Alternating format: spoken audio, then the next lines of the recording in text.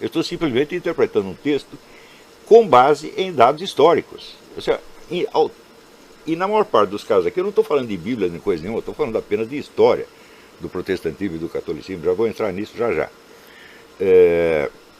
E nos pontos onde eu toco em questões que vêm diretamente da Bíblia, eu estou me atendo à pura interpretação de texto no sentido mais leigo possível. Por exemplo, quando eu digo que o sangue que Jesus derramou na cruz era o sangue de Maria. Porque a Bíblia diz que Jesus descende da linhagem de Davi, etc, etc, etc, até chegar em Maria. Portanto, era o sangue desta linhagem, o sangue da sua família. Ninguém vem com sangue próprio, e sangue próprio e exclusivo. Então, ele recebe o sangue da mãe. Evidentemente, quando diz que Maria foi fecundada pelo Espírito Santo, o Espírito Santo fecundou um óvulo de Maria. Ele não fecundou um nada. Então, se Jesus pertence à linhagem, é porque ele tem o sangue dessa linhagem. Então, é também o sangue de Maria que é derramado ali na cruz. Isso não é teologia, gente. Isso aqui é fisiologia elementar. É uma questão de interpretação do sentido imediato do texto, não do seu sentido teológico. Quando eu estou dizendo isso, eu não estou afirmando que é um dogma da fé, que você tem que acreditar, porque está na Bíblia que Jesus derramou um sangue que era também o de Maria, etc., até de Davi. Não estou dizendo isso, eu estou dizendo que, do ponto de vista da interpretação imediata do texto, como puro documento, você tem que entender que o documento está afirmando que o sangue que foi derramado na cruz era o sangue de Maria, o sangue de toda a sua família. O que isso tem de teológico? Pode parecer teológico, porque esse pessoal só pensa em teologia. Agora, na maior parte dessas 6 páginas aqui, eu estou discutindo apenas a questão das relações históricas entre a Igreja Protestante e a Igreja Católica. E estou afirmando um fato incontrovertido, ao qual ninguém desmentiu até agora. Eu disse, dos mitos anticatólicos que circulam em livros, nos filmes, em shows de TV, etc., etc., e que aqui nos Estados Unidos constitui uma indústria bilionária, tá certo? Há uma parte que vem da linhagem iluminista ateística, que começa no século XVIII. E outra parte, muito maior, que vem de origem protestante. O primeiro desses mitos é a questão das indulgências. Até hoje, você vê gente dizendo, a igreja vendia indulgências, que isso é pecado de simonia, você está vendendo favores espirituais. Ora, esse pessoal não tem a menor ideia do que é indulgência. A indulgência era a suspensão não das penalidades eternas, mas de penalidades temporais em troca de uma multa em dinheiro. O sujeito, em vez de ser preso, pagar uma multa. Isso é indulgência. Indulgência não absolvia ninguém. Até o Eric Wegelin explica, ele diz, olha, foi lamentável que, quando os camaradas começaram a inventar essa versão fantasista da indulgência e acusá-la, a igreja não se explicasse direito. Ela podia ter mandado parar essa conversa na mesma hora, mas se omitiu. Quer dizer, não quis levantar mais polêmica e ficou quieto. E esta farsa se continua até hoje. Até hoje o pessoal repete, são 5 séculos, gente.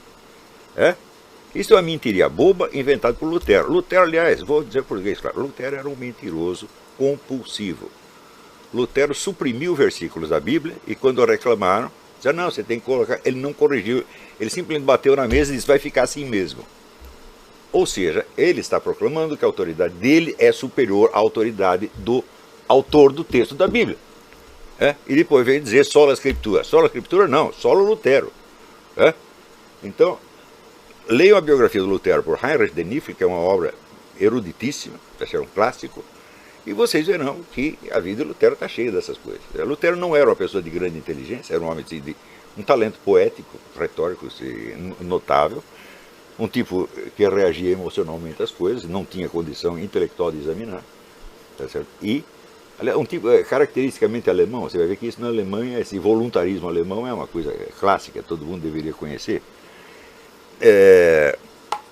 E sobretudo tem o seguinte, Lutero nunca foi protestante, Lutero é católico, e a igreja foi o Vaticano, quer dizer que espremeu o cara demais e de certo modo o provocou para que tomasse atitudes cada vez mais radicais que ele não queria tomar no começo. Então, quer dizer, empurraram o cara para virar inventor de uma religião. Quer dizer, é evidente que essa época, que o Éric Wegener classifica como a época da confusão, tá certo? Não produziu nada capaz de orientar os seres humanos, porque os próprios personagens, a começar a turma do Vaticano, os católicos, os protestantes, estavam todos desorientados, ninguém estava entendendo o que estava acontecendo. Leiam na História das Ideias Políticas do Éric Wegener, que aliás era um luterano, e vocês vão entender perfeitamente por que nós não podemos, vamos dizer, nos ater ao que disseram Lutero e Calvino, como se fosse também palavra de evangelho. Porque aquilo que é palavra de evangelho não pode suprimir versículos do evangelho e dizer vai ficar assim mesmo.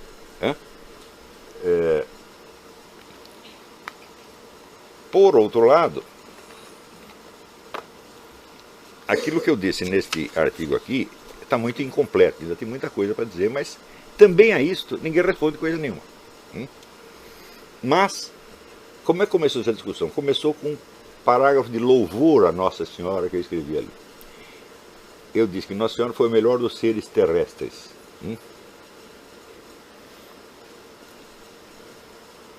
E isso desencadeou uma onda de insultos, assim, velho gagá, vigarista, só fala merda, né? Comeu hóstia estragada, coisa desse tipo. Os caras dizem isso e depois dizem, não, o Olavo só sabe xingar, não tem argumentos. Os argumentos estão todos aqui, vocês não responderam nenhum. Mas vamos comentar o artigo aqui, eu vou ler e comentar para vocês. Um dos mitos preferidos da cultura americana é o de que a reforma protestante foi uma das fontes principais da liberdade religiosa, dos direitos individuais e da proteção contra os abusos do governo central. Some-se a isso a falsa crença weberiana, ou semi-weberiana, ou até pseudo-weberiana, de que a ética protestante gerou o capitalismo. Não é bem isso que Weber disse. E a única conclusão possível é que o cidadão de hoje em dia deve a Lutero e Calvino, no fim das contas, praticamente todos os benefícios legais, políticos e econômicos de viver numa democracia moderna. Muito bem, nós temos que reconhecer que é fato que as igrejas protestantes ajudaram a difundir as doutrinas democráticas, os ideais democráticos. Mas foi esse o tipo de regime que elas criaram?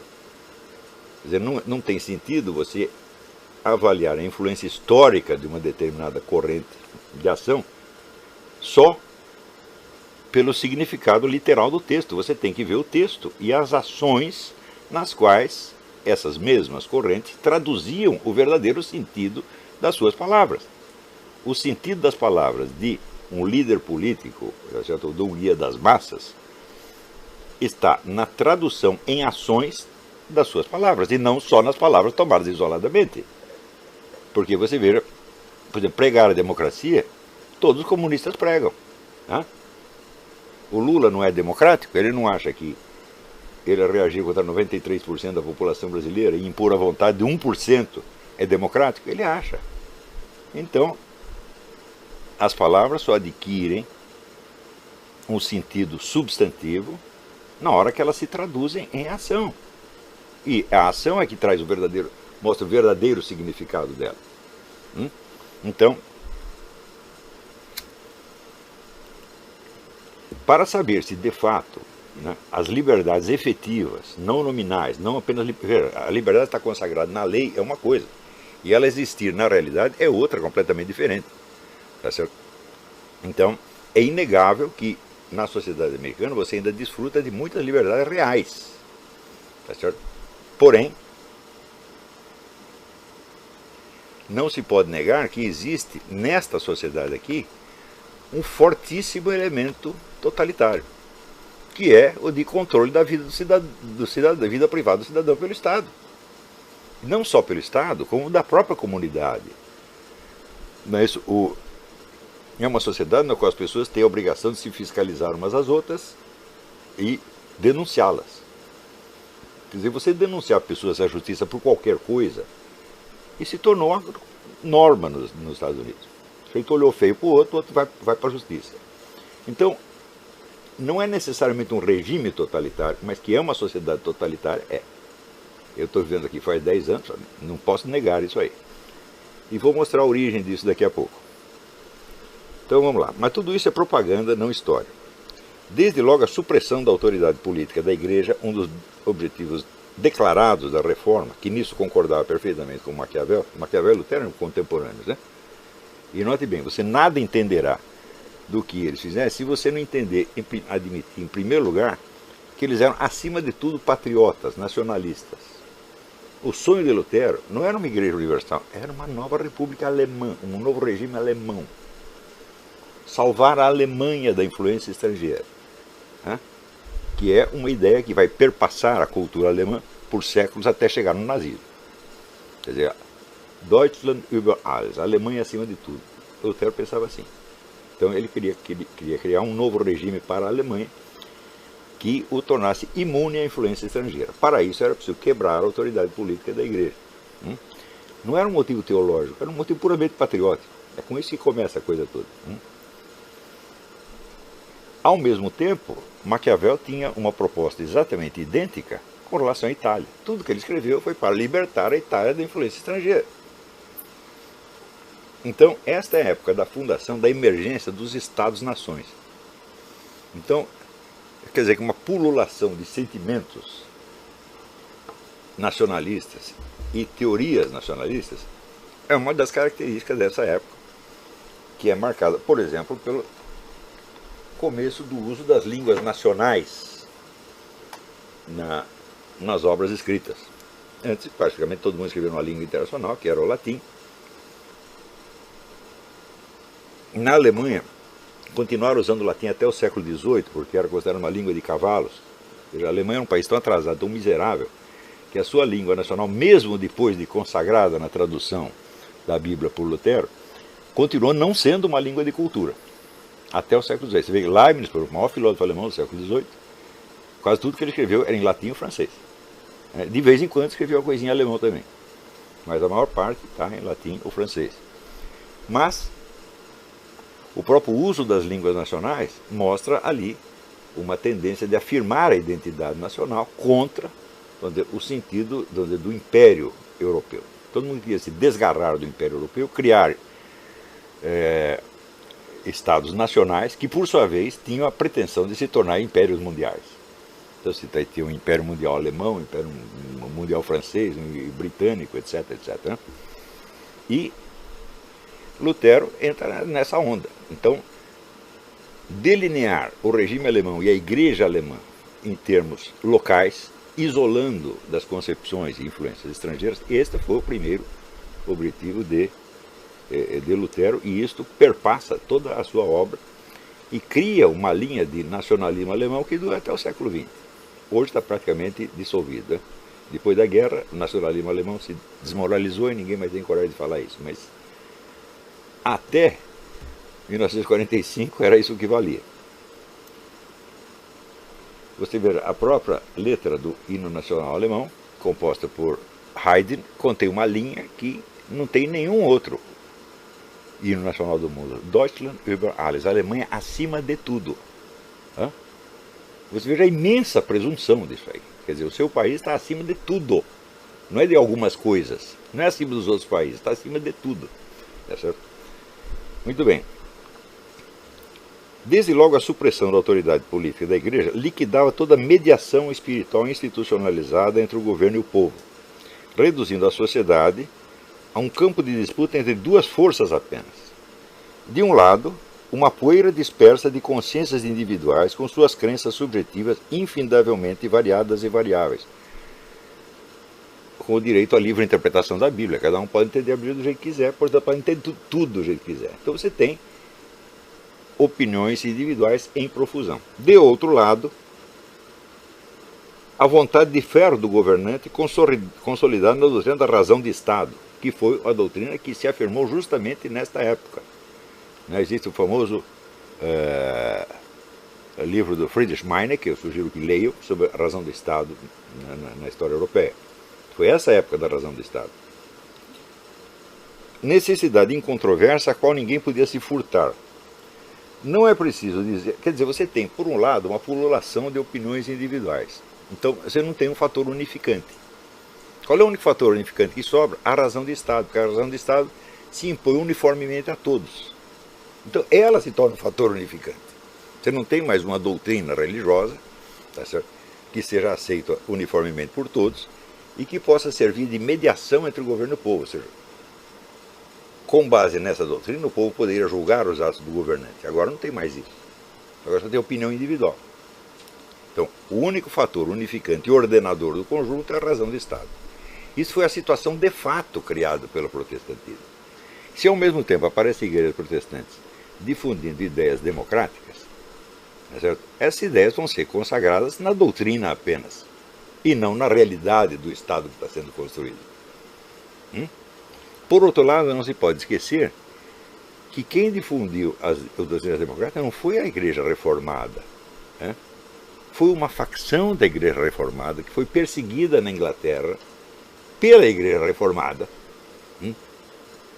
que mandou matar 40 mil pessoas no seu primeiro ano, e houve lá uma facção chamada os puritanos, que também eram revolucionários na cabeça deles, e que tiveram que fugir para a América. Ou seja, a América foi fundada por vítimas da Igreja Reformada, a qual também perseguiu os católicos. Ou seja, na Inglaterra todo mundo tinha direito à liberdade de opinião, exceto se você fosse católico ou puritano. Os puritanos fugiram para cá. E, respondendo, vamos dizer, à perseguição repressiva da Igreja Reformada, começaram a alardear ideias democráticas. Foi isso que aconteceu. Não foi a reforma, meu filho, foram as vítimas da reforma.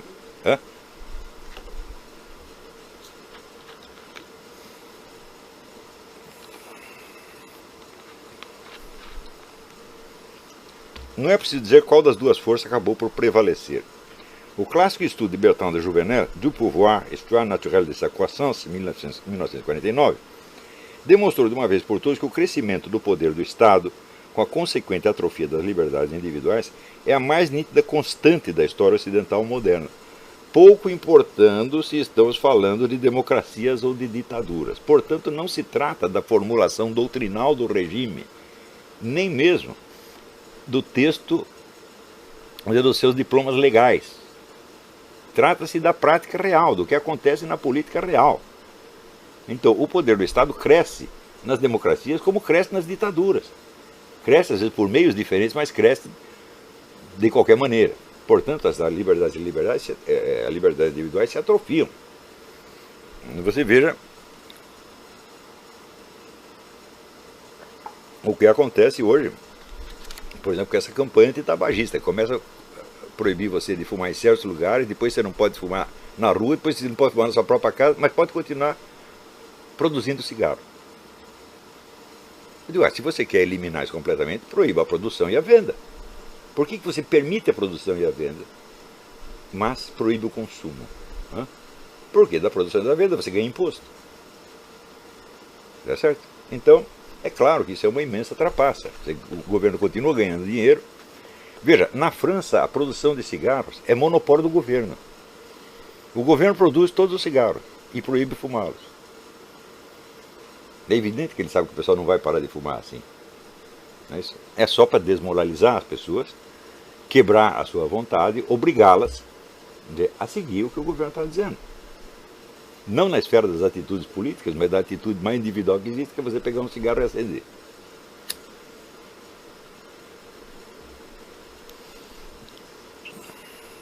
Mesmo na mais louvadas da democracia, o Estado é hoje o mediador e juiz soberano de todas as ações e relações humanas, até as mais particulares e íntimas, com uma sanha controladora e uma prepotência invasiva desconhecidas em todas as sociedades anteriores, com uma única exceção, a ditadura de João Calvino em Genebra, o que não é de maneira alguma uma coincidência. Você vê que enquanto a reforma em geral, suprimindo a mediação eclesiástica, deixava, vamos dizer, a massa dos indivíduos à mercê da única força unificante, que era a razão do Estado, ao mesmo tempo, um dos teóricos protestantes mais importantes, que é João Calvino, concebia a ideia de um Estado feito só de pessoas santas, e onde, portanto, o Estado tinha o direito de fiscalizar todos os atos da vida individual, inclusive os mais íntimos, e os cidadãos estavam obrigados a se espionar uns aos outros o tempo todo e denunciá-lo para o Estado. Este foi o primeiro regime totalitário do mundo. Este regime foi uma coisa que nem os muçulmanos conceberam isto. Porque no Islã, com todo o aspecto totalitário que também existe, sem dúvida, espionar a vida privada é estritamente proibido. Existe até uma história do Califa Omar, que era um dos descendentes do cargo de Maomé, dos califas, dos chefes do Islã, que um dia viu um barulho numa casa e olhou pela janela para ver o que estava acontecendo e o pessoal estava fazendo uma suruba. E ele puxou da espada e disse: está todo mundo preso. E eles responderam: não, quem está preso é você, porque você está espionando. E ele embanhou a espada, disse desculpe, o vexame e foi embora, quietinho. Então, a vida privada no Islã ainda é sagrada. É a história de que, né, a casa de um homem é o seu castelo, como se diz na Inglaterra. Em Genebra não era assim. Na Suíça de Calvino não era assim. A casa de um homem é uma casa de vidro que está sendo espionada pela autoridade eclesiástica lá fora e espionada pelos vizinhos que vão denunciá-lo. Então, vamos dizer, o totalitarismo é uma invenção de João Calvino. Não existiu nada disto no mundo antes. Nem nas tiranias islâmicas isso existia. Ora, mas é evidente que isso é uma consequência imediata da própria proposta de Lutero. O João Calvino simplesmente tirou uma consequência. Falou: olha, se só o que governa é a razão do Estado, é necessário que a razão do Estado seja cristianizada. É uma coisa, se você aceita a premissa, você tem que aceitar a consequência. Quer dizer, não podemos acusar o Calvino de ter sido ilógico. Ele tirou a consequência teórica e doutrinal de uma situação de fato que tinha sido criada pela própria reforma.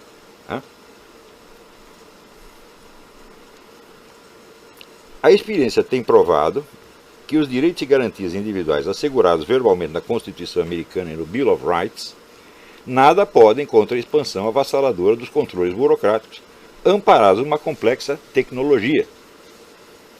Ora, hoje em dia, por exemplo, o FBI tem meios de escutar nossa conversa aqui a 2 km de distância. Quer dizer, o governo tem instrumentos de ação que estão infinitamente acima do alcance dos cidadãos. E ele os usa para se intrometer cada vez mais na vida dos cidadãos e eliminar a sua liberdade dentro da sua casa, que teoricamente é o seu castelo.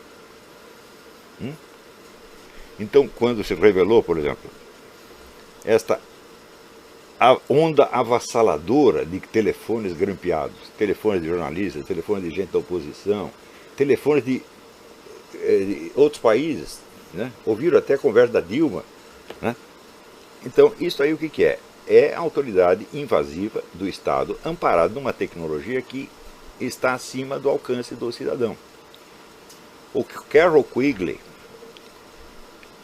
no livro Tragedy and Hope, que é um livro sobre o poder global, o livro mais importante sobre o poder global, porque é escrito por alguém que pertencia à comunidade globalista e que era um assessor técnico importante desses poderes globalistas.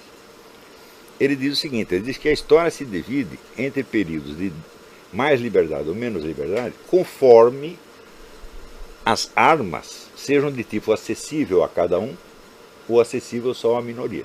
A minoria governante, evidentemente. Então, por exemplo, o advento das armas de fogo foi um fato democratizante. Por quê? Porque todo mundo podia ter. No século XIX, nos Estados Unidos, um revólver custava $2, $3. Todo mundo tinha, literalmente todo mundo tinha. Então, é claro, esse é um período de liberdade. Porém, à medida que as armas se tornam mais complexas, mais sofisticadas tecnologicamente, elas já não são acessíveis à maioria, só o governo pode ter. Então, por exemplo, o cidadão não tem jeito dele comprar um tanque de guerra. Não tem jeito dele comprar um porta-aviões. Não tem jeito dele comprar um míssil atômico. Então, automaticamente, quer dizer, as armas baratas que haviam nivelado os direitos e poderes voltam a funcionar no sentido hierárquico. E esses instrumentos de espionagem que o governo tem hoje, esses são ainda mais inacessíveis do que tanques de guerra e porta-aviões. Porque às vezes necessita, vamos dizer, um centro computacional capaz de reunir todo este material ordenado é do tamanho de uma cidade. Quem pode ter isso? Só o governo. Então aí significa o seguinte: a democracia acaba. ela ainda está consagrada nas leis. Né? Então é preciso reinterpretar as leis no sentido de que este crescimento do poder do Estado e esta destruição das liberdades individuais, ela é a democracia. O texto continua o mesmo, só o seu sentido inverteu.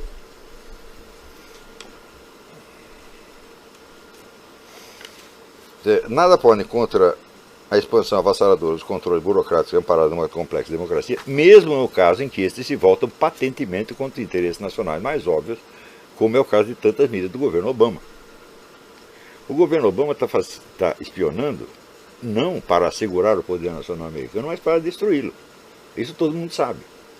Ele quer dar o poder aos islâmicos. Nada mais pode disfarçar isso aí. E, no entanto, ele tem sob o seu comando todo esse aparato.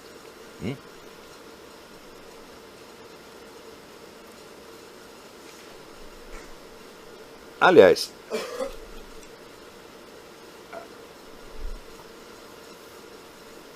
a reforma teve ainda uma segunda consequência, especialmente nos Estados Unidos. Na medida em que você tira de campo a autoridade religiosa mediadora e sobra só as consciências individuais de um lado, a razão de Estado do outro, é claro que a razão de Estado vai vencer. Porém, essa situação ela não é natural. Ela é muito desequilibrada. Então, tem que surgir um poder religioso informal, não declarado como tal, que será ele o mediador. E nos Estados Unidos esse poder é a maçonaria. Não espanta, portanto, que tantas igrejas protestantes estejam intimamente ligadas à maçonaria. Muitas delas são criadas pela maçonaria, simplesmente. São a fachada, né, cristã, feita apenas para derrubar a igreja católica, tá certo? E consagrar o poder da maçonaria. É claro que alguns pastores, muitos até, acabam se ficando chocados com o que vem dentro da maçonaria e saem atirando. Tem os artigos desse Arnold Schnobelen, né? Aliás, um livro excelente, antimaçônico. Ele chegou lá no 33º grau da maçonaria, viu que aquilo lá era tudo um negócio satânico e saiu atirando. E eu acho um dos melhores livros que foram escritos a respeito. É um pastor protestante. Ele fez carreira dentro da maçonaria. Existem muitos que fazem. Né? Portanto, também não é de estranhar que a indústria da difamação anticatólica continue eminentemente explorando lendas urbanas e mitos criados pelo protestantismo, como os adventos das indulgências, o mito da Inquisição. Leiam os dois livros importantes do Henry Cameron, The Spanish Inquisition, e o do Edward Peters, Inquisition, e vocês vão ver que uma coisa é a realidade histórica do que foi a Inquisição, e em segundo lugar, e outra coisa é o mito da Inquisição, que é propagado nas escolas, nos filmes, em shows de TV. Aqui é toda hora você liga aí qualquer show de TV, né, de pastor protestante, estão eles lá falando da Inquisição, dos horrores da Inquisição, dos instrumentos de tortura da Inquisição. Esses instrumentos de tortura da Inquisição são todos inventados. Todos inventados. Todos os historiadores profissionais do mundo sabem disso. Os caras se reuniram, houve um congresso, acho que feito em, sei lá, 92, convocado pelo próprio Papa João Paulo II, disseram, vamos tirar limpo essa coisa da Inquisição. Chamou especialistas do mundo inteiro, de todas as religiões ou sem religião nenhuma, para ver os fatos. Uma das conclusões é essa: esses instrumentos nunca existiram. Isso aí foi inventado no século XVIII, XIX, para fins de propaganda. Né? Segundo a história, a Inquisição matou milhões de pessoas. Bom, faça as contas e você verá que a Inquisição espanhola matou 20 mil pessoas em 400 anos em 12 países. Né? Então você vê que qualquer democracia condena à morte mais pessoas do que a Inquisição. Sem contar que a reforma em um ano matou o dobro disso na Inglaterra. No entanto, o mito está aí. Então, a minha pergunta é essa: se os seus argumentos teológicos são tão lindos, maravilhosos, por que você precisa reforçá-los com tantos mitos, lendas, mentiras, lendas urbanas, etc, etc?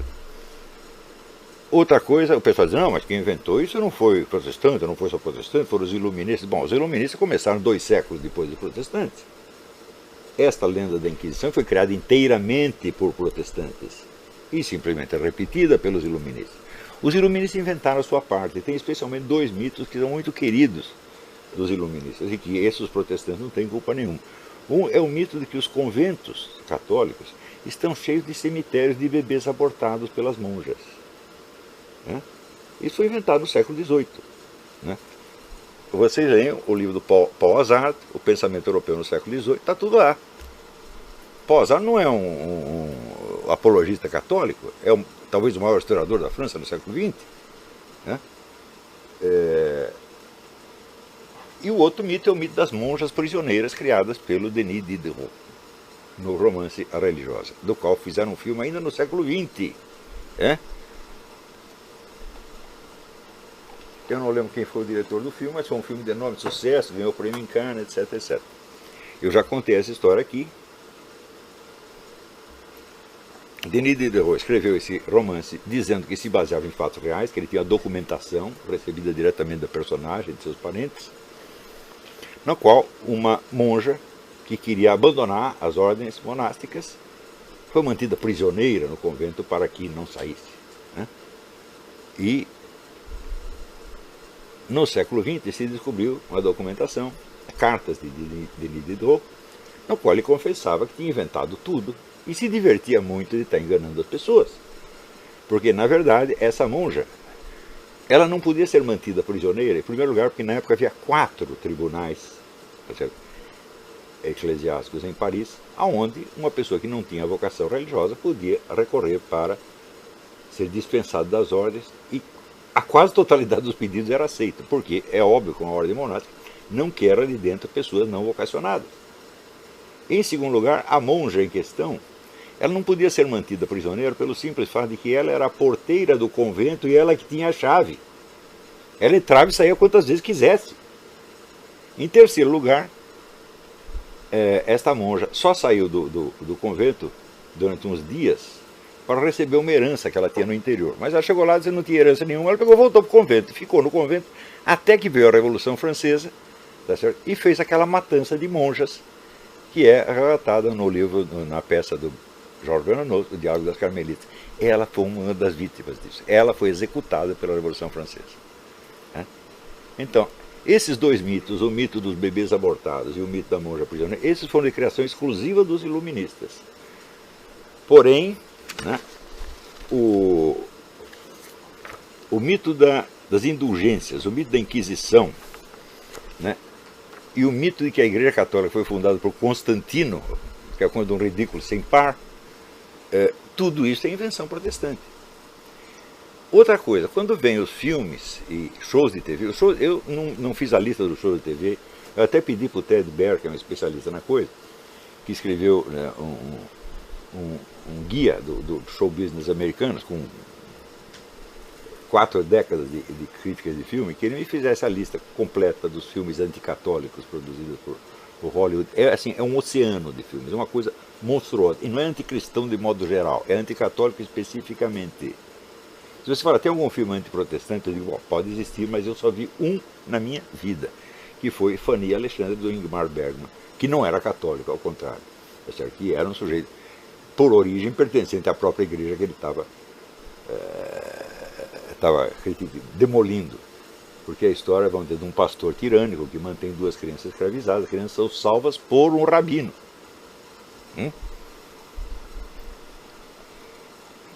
Vamos dizer, um ataque tão violento a uma igreja protestante, eu só vi um, ao passo que contra a igreja católica 6 milhares. Daí o pessoal diz, mas acontece o seguinte, os donos de estúdios são todos judeus. Então isso aí não é coisa de protestante, é coisa de judeu. Eu digo, não é assim. Por quê?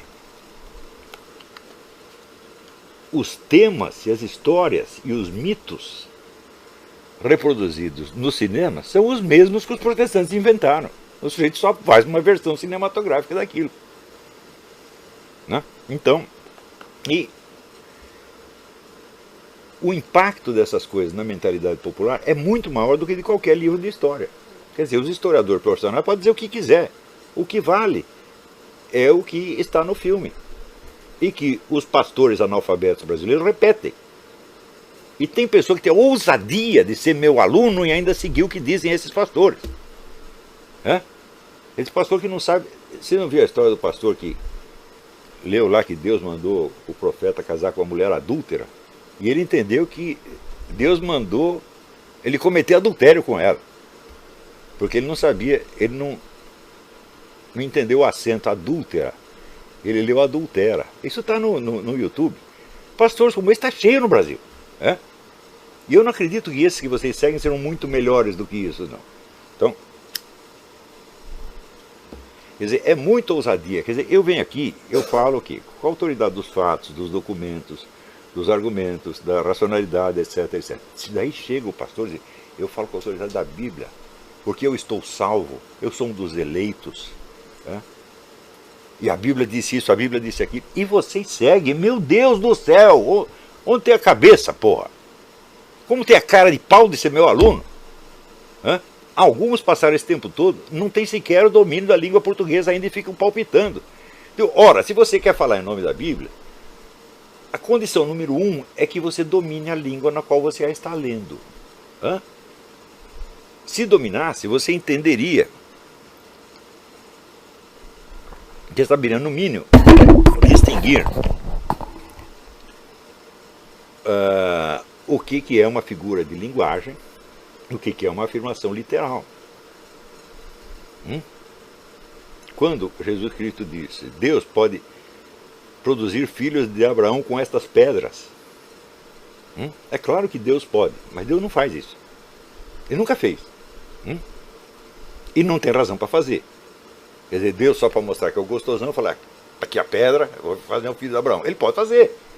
Mas isso seria, vamos dizer, uma demonstração de poder absolutamente antiestética, tá certo? E irracional. Então é claro que aquilo é uma hipérbole. Deus faz filhos de Abraão pelo mesmo jeito que faz os filhos de todo mundo, através da fecundação. E ao fazer, vamos dizer, a fecundação de Nosso Senhor Jesus Cristo pelo Espírito, da Virgem Maria pelo Espírito Santo, o Espírito Santo fecunda o quê? Um óvulo de Maria. Portanto, o sangue de Maria, meu Deus do céu. Não é uma questão teológica. Agora, basta você tentar apreender o sentido óbvio e patente de uma frase da Bíblia, ou seja, você usar a minha experiência de mais de meio século de manejo da língua portuguesa, para entender o que está escrito na tradução do padre Antônio Pereira de Figueiredo, da tradução do João Ferreira de Almeida, que é protestante. Se simplesmente usar isso, as pessoas acham que é uma discussão teológica. Eu digo, não, eu não estou proclamando o que eu estou dizendo como dogma da fé. Eu estou proclamando como sentido explícito das palavras. E as pessoas, evidentemente, veja, se não sabem entender o que eu estou dizendo, como é que vai entender o que a Bíblia está dizendo, meu Deus do céu? Por exemplo, quando eu escrevo aquele negócio, eu não estou qualificado para discutir teologia, eu deixo para pessoas mais preparadas, talvez dentro de uns anos eu entre nisso. Quando eu digo isso, as pessoas não entendem que é uma demonstração de modéstia. Eu não estou dizendo que eu sou analfabeto em teologia, eu sei muito mais teologia do que as pessoas. Só não considero lícito eu sair proclamando dogmas da fé com argumentos meus próprios. Quando eu proclamo dogma da fé, é simplesmente o que a igreja falou. Eu não tenho a obrigação de conferir um por um e criar argumentos meus para sustentar isso aí, que seria o que o teólogo faria. Quando a menina lê isto e diz, se o cara diz isso e depois ele dá a opinião sobre teologia, é contradição. O quê? Ele diz, na desonestidade. E o quê? Quer dizer, por que eu não me considero qualificado para entrar em altas discussões teológicas, isso é, para discutir com teólogos de verdade, eu não posso tentar entender a expressão de uma frase da Bíblia em língua portuguesa?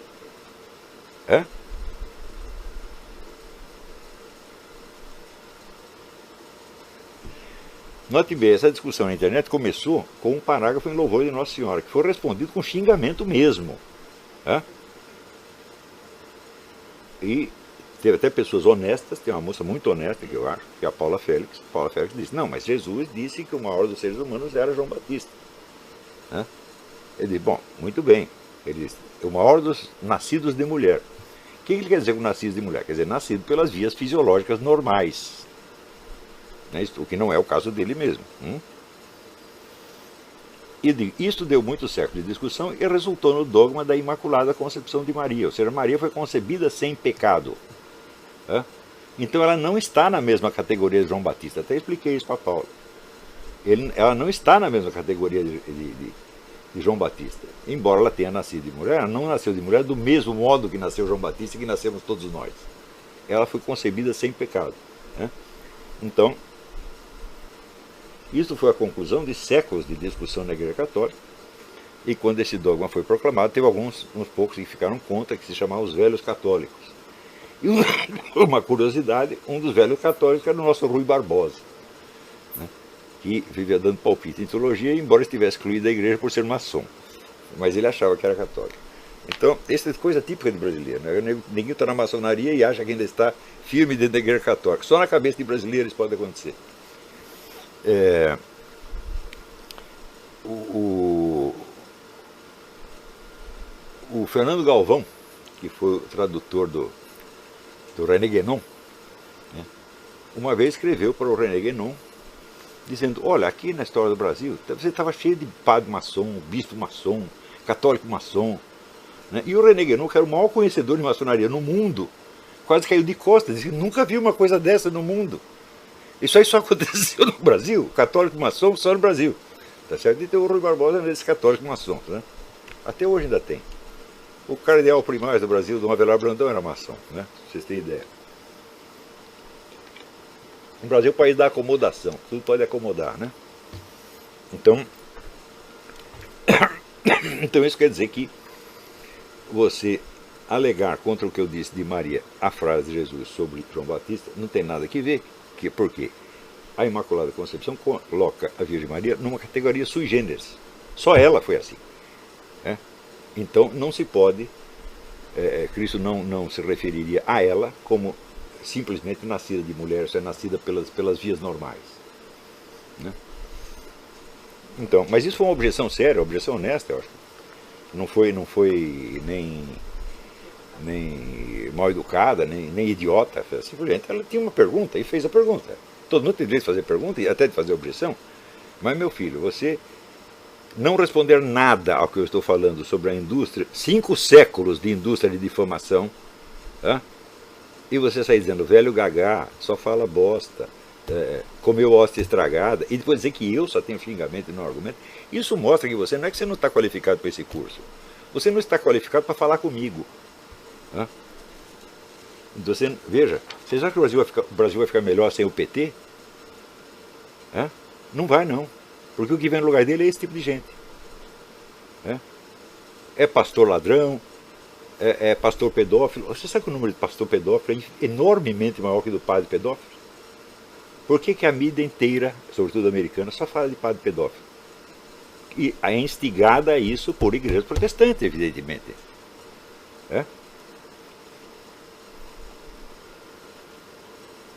Então vamos lá.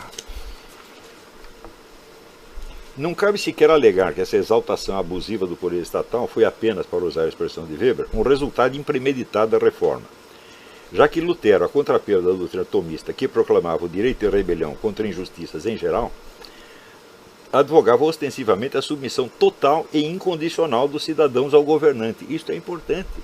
Lutero disse que você não pode desobedecer ao governante jamais, você não pode se rebelar contra ele jamais, exceto admitindo a revolta só no caso específico do Estado interferir em questões de religião. Então, veja, isto é a configuração do Estado laico moderno. Essa dupla exigência, a submissão integral ao Estado e a abstinência deste em matéria religiosa, formam o perfil claro do Estado laico moderno, onde necessariamente o argumento religioso perde força contra a racionalidade neutra, entre aspas, da vontade estatal, e acaba sendo banido do cenário político, se não de toda a vida pública, que é exatamente o que está acontecendo. Então, por aí vocês vejam, o Eric Wegener, ali na História das Ideias Políticas, ele assinala a tremenda inépcia de Lutero e Calvino na compreensão da situação política do tempo. Eles não entendiam o que estava acontecendo. Simplesmente pegavam a Bíblia e saíam gritando regras, tá entendendo? Sem calcular o efeito prático real que isso teria. Qualquer pessoa com um pouco de lucidez perceberia que a supressão da autoridade espiritual deixaria o povo inteiramente, dividido em opiniões individuais, inteiramente à mercê da vontade unificante do Estado. Qualquer um podia perceber isso. Como é que esses caras não perceberam? Simplesmente não tinham qualificação para obter uma liderança do tamanho que obtiveram. Isso não quer dizer que estivessem errados em tudo, de jeito nenhum. Eu acho que tem muitas questões que o protestantismo levantou que são muito sérias, e que muitas delas não têm resposta. Mas isto não quer dizer, o jeito de ter razão aqui ou ali, não elimina o aspecto catastrófico das consequências dos seus atos. Você veja que quando Karl Marx disse que a filosofia dele era uma herança direta da reforma, ele sabia o que estava dizendo. Vamos dizer, este voluntarismo,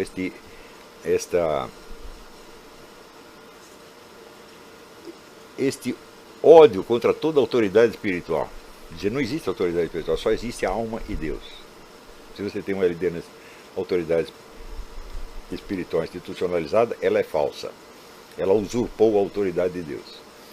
Então é o seguinte, a autoridade de Deus só pode falar para o coração dos indivíduos.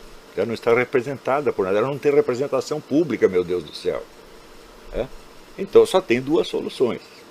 Ou a sociedade inteira é religiosa, e oferece resistência ao Estado, então ela se torna autoridade espiritual de si mesma, o que é impossível devido ao quê?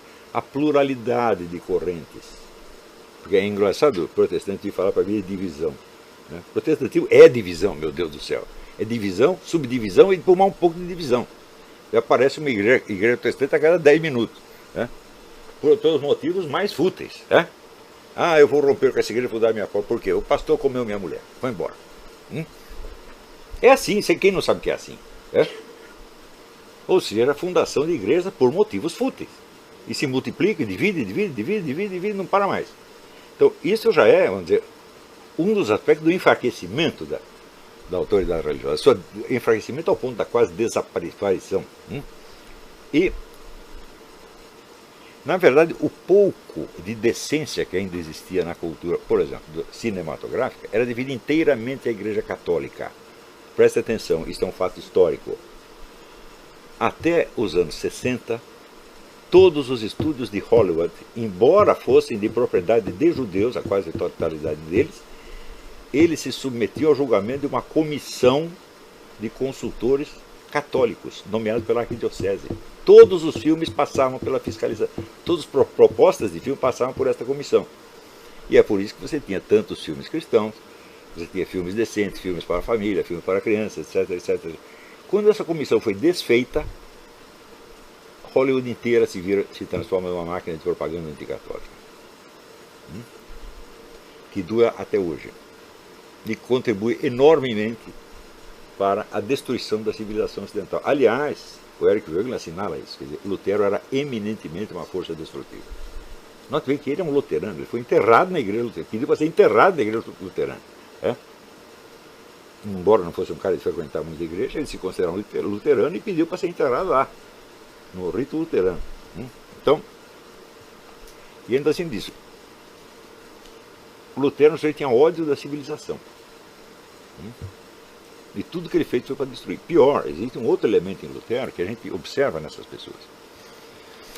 Eu vejo uma pessoa que reage a argumentos históricos tão bem comprovados, tão bem fundamentados como esse da indústria da difamação anticatólica, reagem a isso, xingando apenas, desqualificando, ou fazendo joguinhos de palavras, como essa Daniela Salum. Evidentemente não tem consciência cristã nenhuma, é zero. Mas essas pessoas vão nessas igrejas, são ensinadas pelo pastor a dizer, eu estou salvo. Quando dizem isso, elas estão expressando o quê? É uma consciência culpada que não quer ter um confronto consigo mesma. Ela não sabe se está salva. Ela tem tanta incerteza da salvação quanto eu. Então, eu imploro pela minha salvação. E até já fiz muita piada a esse respeito, eu digo, olha, eu espero que no juízo final Jesus Cristo seja capaz de inventar um pretexto convincente para me botar lá dentro, para não me mandar para o inferno. É uma brincadeira, evidentemente, no sentido que eu não mereço absolutamente, e eu conto apenas com a sua misericórdia. Tá certo? Os outros chegam lá e dizem, eu estou salvo. O que é isso aí? Isso é um desejo histérico de atenuar um temor da condenação que continua dentro das suas almas. E Lutero foi assim a sua vida inteira. Lutero tinha terror de ir para o inferno e por isso mesmo proclamava que estava salvo. O único jeito que eu tenho de aliviar isso é dizer: eu estou salvo, eu estou salvo, eu estou salvo, eu estou salvo. Isso não é religião, isso é histeria. Eu não estou fazendo um argumento teológico, estou fazendo um argumento psicológico, meu Deus do céu. Histórico e psicológico. Mas como é que eu vou fazer uma idiota entender isso? Não estou falando só da Daniela. Daniela Salom, para mim, é um coletivo. Entendeu? Tem umas 20 pessoas aí que são assim. Né?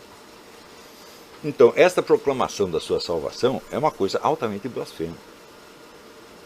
E ela só pode ser perdoada porque Jesus vai dizer: não, esse cara estava tão aterrorizado com o inferno, ele estava histérico, e ele pronunciava isso para acalmar o seu medo.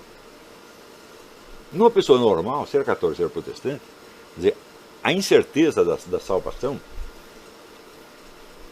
provoca não um medo, mas uma tristeza. Você pensar assim: puxa, eu posso ficar isolado de Jesus Cristo, Nossa Senhora, dos santos todos, né? Vivendo só coisa feia por toda a eternidade. Isso é de chorar, você está entendendo? Se você reage a isso com medo, então você começa a proclamar: eu estou salvo, e começa a falar: louvor e glória ao Senhor Jesus Cristo, louvor e glória ao Senhor Jesus Cristo. Para quê? Você está querendo acalmar o tirano que você teme. Você é como uma vítima, não é isso? De um assassino que, para aplacar a fúria dele, faz de conta que o ama. Não, eu te amo, não faça isso comigo. É esta a atitude dessa gente, este é o sentimento religioso dessa gente, meu Deus do céu. É? Não encara Deus pela misericórdia. E, na verdade, ele não precisa da misericórdia, porque a misericórdia já lhe foi dada, ele já foi salvo antecipadamente, ele não precisa mais. É? Então, esta proclamação de que já está salvo é a reação histérica ao medo do inferno. E isso é o centro da psicologia de Lutero. É? Isso não é teologia, gente, isso é história e psicologia. É só estudar a vida de Lutero, as suas atitudes, você vai ver que é isso. Então, advogava ostensivamente a submissão total e incondicional dos governantes.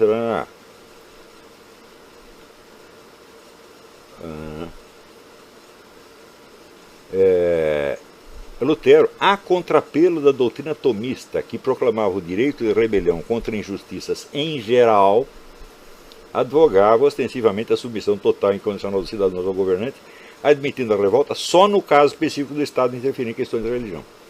Ou seja, São Tomás de Aquino admitia a rebelião contra uma injustiça, contra a roubalheira, né, contra qualquer procedimento imoral do governante. Ora, os católicos não reagem à máquina de difamação anticatólica. Por quê? Porque eles querem um negócio chamado de ecumenismo. Não, vamos botar panos quentes, vamos esquecer, vamos perdoar. Isso não quer dizer que eles não saibam que estão sendo enganados. Tanto sabem que escrevem livros acadêmicos e artigos em jornais católicos apenas, que ninguém lê. Tá certo?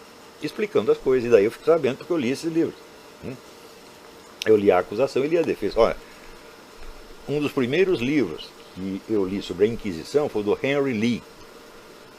Lee escreve L-E-A, não é L-E-E, L-E-A. Henry Lee é um clássico americano, né, que pinta a Inquisição nos termos mais monstruosos que você pode imaginar. Esse foi um dos primeiros livros que eu li. E acreditei. Né? E, então, quando depois aparecem padres, bispos e papas, pedindo desculpas pelo que a Inquisição fez, eles estão mentindo contra a sua própria igreja. Eles só leram o material contra. E não tem nada a alegar a favor. Você veja, as atas do Congresso L'Inquisitione, que foi feito por convocação do João Paulo II, as atas, isso é, os trabalhos apresentados pelos historiadores, demonstram que a lenda negra da Inquisição é inteiramente falsa. E não obstante, no prefácio, o João Paulo II pede desculpa pelos crimes da Inquisição. Ele diz: como pedir desculpa pelos crimes se o resto do livro está mostrando que os crimes não existiam? É porque é obrigatório, o Papa tem que ser bonzinho com os protestantes. Até João Paulo II, que foi sob certas aspectos, foi um grande Papa, quando chegava nesse ponto do ecumenismo, era de uma fraqueza, né, que eu posso dizer abjeta. Né? Era obrigado a beijar o Corão, dançar com o pessoal animista. O que é isso, pô? O João Paulo II tinha grandes coisas, mas também tinha esse lado vergonhoso. E os outros? Então, os outros pior ainda. E esse daí, bom, deixei. Assim, não me contem o que o Papa Bergoglio falou, eu não quero saber. Né? Então, eu estou negócio. Se eu digo coisas horríveis contra o Papa, ou contra o Concílio Vaticano II, ou contra os conservadores, contra os tradicionalistas, que eu também digo contra eles, né? Daí toda a cambada evangélica aplaude. Mas se eu digo realidades históricas, patentes, mais do que provadas, né? Aí ele está discutindo teologia, está entrando num terreno que ele desconhece. Terreno que ele mesmo diz que desconhece. Eu digo, bom, aqui tem 10 linhas minhas que podem ser interpretadas como tendo algum alcance teológico, mas 10 linhas no meio de 6 páginas, meu Deus do céu. E, note bem, o principal do que eu escrevi é sobre o lado histórico da coisa, não sobre o lado teológico. O lado teológico eu posso até concordar com vocês, eu não ligo muito para a discussão teológica, por quê? Se tem um mérito que a filosofia analítica tem, é ter ensinado a gente a descobrir por trás de uma discussão o que é apenas um erro de palavras, o que é apenas, vamos dizer, uma construção frasal errada. A gente aprende isso com Wittgenstein, com Bertrand Russell. Se bem que não foram eles que inventaram isso, mas eles fizeram avançar muito isso. Então um pouco de treinamento disso basta para você, né, entender, por exemplo, uma questão, você é salvo, as obras, você é salvo pela graça ou pela graça e pelas obras? Né? Isso aí é a mesma coisa que dizer, o elefante é um bicho que tem tromba ou a tromba é um negócio que está na frente do elefante. É a mesma coisa desse tipo. Eu posso demonstrar isso mais tarde. Não é questão de teologia, é questão de análise lógica da linguagem. Eu acho que 90% das controvérsias teológicas são desse tipo. E, no entanto, as pessoas matam e morrem por elas. Né? Então, eu não dou muita importância para isso. Se você quer achar que é só pela graça, se for a graça, faça do jeito que você quiser. Eu te asseguro que vai dar na mesma. Quer dizer, a pessoa diz, não, as obras não contribuem para a salvação porque elas são o efeito da graça. Eu digo, mas é óbvio que são o efeito da graça. Só que é o seguinte, você tem que aceitar a graça. Ou você não tem nenhuma liberdade de você rejeitar a graça. Se você não tem a liberdade, se você, raciocinando com protestante, se não existe a liberdade de rejeitar a graça, por que existe a Igreja Católica que rejeitou a graça? No seu entender. Então você entra em contradições e absurdidades sem fim. Por quê? Porque você quer se ater a uma fórmula teológica sem perceber a ambiguidade dela. Então isso quer dizer que a objeção, você não pode ser salvo pelas obras, porque as obras são efeito da graça, essa é a objeção inteiramente correta. Quando o protestante diz isso, ele está montado na razão. Fala, as obras são efeito da graça, elas não vão produzir a graça. Então, claro que é assim. E não vejo por que um católico não deve concordar com isso, porque o católico tem a obrigação de concordar com tudo quanto é verdade. E isso é verdade. Qualquer bem que eu faça, não fui eu que fiz, foi a graça que me induziu a fazer aquilo. Isso é óbvio. Mas isso não quer dizer que eu esteja salvo de antemão. Eu estou salvo de antemão no plano da onisciência divina, no qual eu não posso penetrar. Então significa que, para efeitos da condução moral humana, eu devo raciocinar como se não estivesse salvo e como se as minhas obras fossem necessárias para a salvação, embora objetivamente não seja assim. Isso é uma confusão. Em tudo que tem negócio de religião existem 2 planos. Existe o plano da doutrina e existe o plano da técnica, ou da moral, ou da prática. E as relações desses 2 planos são tremendamente complicadas. Quando o sujeito pega algo que vale no domínio da prática e transforma numa afirmação doutrinal, ele erra. E ele também erra quando faz o contrário. Do ponto de vista doutrinal, é estritamente correto dizer que Deus já sabe todo mundo que vai ser salvo e que vai ser danado. Do ponto de vista doutrinal. Mas na prática eu não posso agir assim porque eu não sei quem vai ser salvo e quem vai ser danado. Está entendendo? Então, essa discussão é toda ela uma confusão entre esses 2 planos.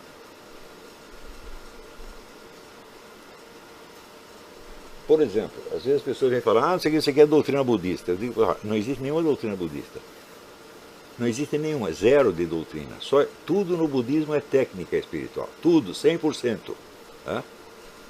Não tem uma afirmação ontológica, só tem afirmações de tipo pedagógico, para você fazer assim ou fazer assado. Daí você pode, se você for muito inteligente, você pode deduzir uma doutrina, mas é você que está deduzindo, não foi o Buda. Né?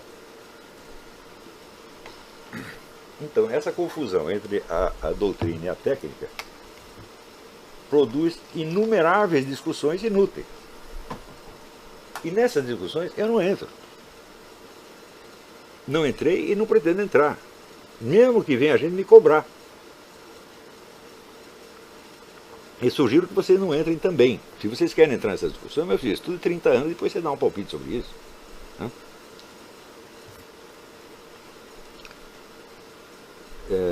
Então vamos lá. Essa dupla exigência, a submissão integral ao Estado e a abstinência deste em matéria religiosa, forma o perfil claro do Estado laico moderno, onde necessariamente o argumento religioso perde força contra a racionalidade neutra da vontade estatal e acaba sendo banido do cenário político. O processo culmina no politicamente correto, onde qualquer desejinho sexual, por mais vulgar e tolo, se cobre da proteção legal de um tremendo aparato repressivo e se coroa de um prestígio intocável, beatificante, superior aos mais altos valores morais da religião. Isso está acontecendo agora. Isso não existiria se não fosse a concepção do Estado laico, e não existiria a concepção do Estado laico se não fosse Lutero. A Reforma Protestante criou essa dicotomia. Ou nós criamos o Estado laico, ou nós criamos, vamos dizer, o Estado que é ele mesmo religioso, que é a teocracia. Com Calvino não teve. Quer dizer, ou você vai para uma democracia que vai se deteriorar necessariamente e exaltar o poder do Estado sob pretextos democráticos, ou você cria uma ditadura teocrática, não tem outro jeito. Né? Quer dizer, isso foi consequência histórica, real da reforma. Não digo que fossem as pretensões deles, eu estou acabando de dizer, eles não tinham a menor condição de calcular os resultados das suas ações. Defendiam as coisas assim porque acreditavam que estava na Bíblia. Então, outra coisa, como é que você faz para aplicar uma sentença da Bíblia a uma situação humana correta? Essa é uma das coisas mais difíceis que existem. Por quê? É muito simples. Vocês leiam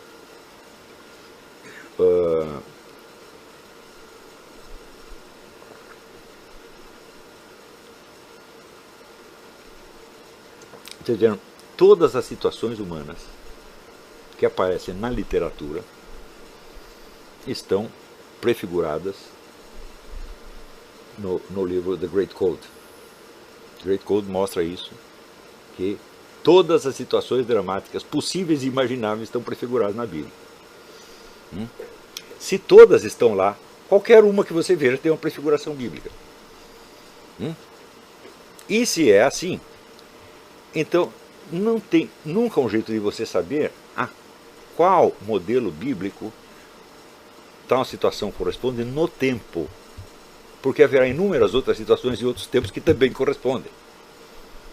Então você vê, uma das pestes que existem na cultura americana é esse negócio de você pegar o Apocalipse e você querer dizer em qual capítulo do Apocalipse nós estamos. O que está acontecendo, está previsto, não sei o que, não sei o que, não sei o que. Eu digo assim, sim, está previsto lá, mas muitas outras coisas anteriores, muito diferentes dessas, também estavam. E você só pode saber em que etapa nós estamos do Apocalipse se você tiver uma ideia de quando é o fim do mundo. Você tem que saber onde termina a história para você saber em que capítulo você está. Ora, Jesus Cristo disse que ele não sabe quando é o fim do mundo. Perguntaram para ele, ele disse, só Deus Pai sabe. Eu interpretei isso desta maneira, isso não é teologia, eu estou interpretando o texto apenas. O que ele quer dizer com isso? Ele não sabe, ele que é o Logos divino, que ele é a inteligência divina, não sabe. Eu digo, então, ele que é a razão divina, isso significa que isso não é uma decisão da razão divina. Ou seja, não é uma consequência lógica das premissas da razão divina, mas é uma decisão livre da vontade divina, da onipotência divina, que é Deus Pai. Isso quer dizer, Deus encerrará este mundo quando Ele quiser. Então, isto aí é a prova da liberdade divina. Deus está comprometido com a sua palavra eternamente, e por isso mesmo Ele não diz quando é o fim do mundo. Mas se ele não disse, ele não está comprometido a fazê-lo hoje, nem amanhã, nem numa data determinada. Ele fará quando quiser. Hã? Será que estou errado em interpretar assim? Este é o sentido óbvio da frase.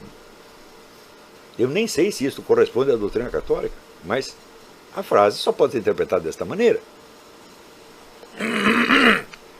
Então, esta mania de você ficar vendo sinais do Apocalipse na atualidade, tá certo? Significa que você sabe quando é o Apocalipse. Se você não soubesse, se você confessasse que não sabe, você teria a dizer, isto aqui parece com o que está previsto no Apocalipse, mas pode não ser. Né? Pode ser uma coisa totalmente diferente. E pode ser, vamos dizer, uma das muitas antecipações do Apocalipse que acontece ao longo da história. Por no século X, todo mundo acreditou piamente que o fim do mundo era no dia seguinte. Tem muitos livros sobre os horrores do século X. E, no entanto, não aconteceu. As primeiras gerações de cristãos acreditavam que Jesus Cristo ia voltar no dia seguinte. O próprio Paulo, ele diz, não sei. Ele foi o primeiro que teve a sensatez de dizer, eu não sei. Eu não sei, você também não sabe. Por quê? Porque o próprio Cristo diz que ele também não sabe. Ó.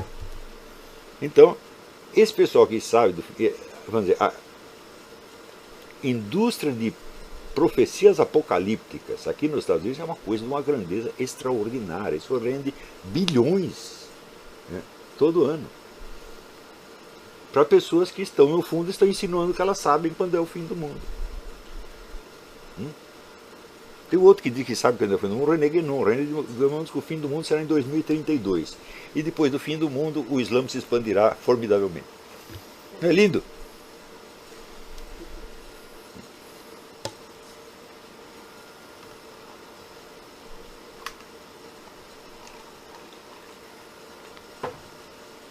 Então, se você quer seguir somente a Bíblia e você não aceita tradições humanas, de bom, a sola Escritura é uma tradição humana. Foi proclamada no século XVI, antes não existia, e é uma tradição que segue até hoje. Mas se você quer segui-la, siga. Mas, em primeiro lugar, aprenda a ler em língua portuguesa, se é que você lê em português. Mas se você não sabe ler em língua portuguesa, você vai dizer que você está lendo em grego, em hebraico, em aramaico. Olha, se você tem 20, 30 anos, fala português desde que nasceu até agora, você nunca vai saber hebraico e aramaico tão bem quanto você sabe português. E se você não sabe português nenhum, muito menos você vai saber as outras. Tem pessoas que são incapazes de entender o sentido explícito de um texto. Ouvem o pastor gritar histericamente essas coisas e saem repetindo. Saem repetindo por quê? Porque no fundo tem medo de ir para o inferno. E se defendem disso mediante a proclamação histérica de que estão salvos e de que só Jesus salva, louvor e glória ao Senhor. Isso é histeria, não é religião, meu Deus do céu. Por quê? Você vai ver a religiosidade do sujeito na sua atitude perante os fatos concretos da vida. Por exemplo, se você interpreta de maneira grosseira e maliciosa as palavras de um professor ao qual você mesmo reconhece que deve tanto, você está cometendo um dos 5 pecados que bradam aos céus, que é a ingratidão. E não percebe. De como? O seu discernimento moral não chega, não basta para isto? Quer dizer, se você leu tal e qual coisa, primeiro, você tem a obrigação de dar a interpretação mais benevolente possível. Porque se você mesmo reconhece que aprendeu isso, mais aquilo com o sujeito, bom, então antes de eu desconfiar ou de eu insinuar uma coisa, deixa eu dar uma interpretação benevolente, que aí eu não pecarei de maneira alguma. Mas se na primeira, olha aqui, contradição, desonestidade, é óbvio que você está querendo se limpar na minha pessoa. E pior, você está usando a Bíblia como papel higiênico para limpar sua própria sujeira. Não só limpar sua própria sujeira, como limpar a sujeira desses 5 séculos de difamação. Não há religião nenhuma nisso, meu filho. Há apenas uma histeria. Então, não se trata de discutir a teologia evangélica ou protestante, mas essas atitudes. Se for, a teologia é séria e deve ser discutida seriamente, e eu te confesso, eu não tenho qualificação para isso e não pretendo ter nos próximos anos, não pretendo entrar profundamente nessas questões. De vez em quando posso dar um palpite aqui ou ali, como todo mundo tem. Vocês não têm nenhuma opinião em matéria de religião, não? Nenhuma. Né? Quando vocês estudaram? Não estudaram nada, viram o pastor dizer meia dúzia de besteira lá e saem repetindo. Né? E eu, com tudo que eu estudei, se você quer, eu mostro aqui, eu tenho as obras de Lutero, tenho as obras de Calvino, tenho as obras de Melanchthon, e tenho toda a teologia católica, tenho Santo Tomás, tenho São Bernardo, está tudo aqui, e tudo isso eu li, meu Deus do céu. E com tudo isso eu digo, olha, eu acho melhor não me meter, porque essa é uma coisa de altíssima responsabilidade, diferente do tipo de responsabilidade que eu treinei e cultivei. Não é isso? Então, o teólogo, quando ele diz as coisas, ele está dizendo o que é o conteúdo da fé, portanto, o que você tem a obrigação de acreditar. Eu não posso fazer isso. Você não tem a obrigação de acreditar no que eu estou dizendo. De acreditar no sentido religioso, de incorporar isso à sua fé. Não. Você tem a obrigação de acreditar no sentido estritamente humano e lógico da coisa. Isso não é para incorporar na sua fé, mas é para incorporar nos seus hábitos intelectuais, que são coisas completamente diferentes. Então, se você for julgar na base do pelos frutos conhecereis, a reforma foi sem dúvida uma catástrofe. Catástrofe para todos, porque gerou o Estado laico, gerou a ascensão do marxismo, gerou a onda de ateísmo, gerou o iluminismo, tá certo? Então não adianta você dizer, mas o Lutero era contra os humanistas, etc, etc. Claro, ele era contra, mas ele não percebia que eles o estavam ajudando. Ele não tinha um discernimento político para isso. Eu digo, meu filho, se você libera a interpretação da Bíblia, se você elimina a autoridade mediadora, e agora cada um interpreta como quiser, você está fomentando o estudo humanístico, a atitude humanista. Cada um estuda e acha que a opinião quiser. Você é contra os humanistas, mas você os ajuda.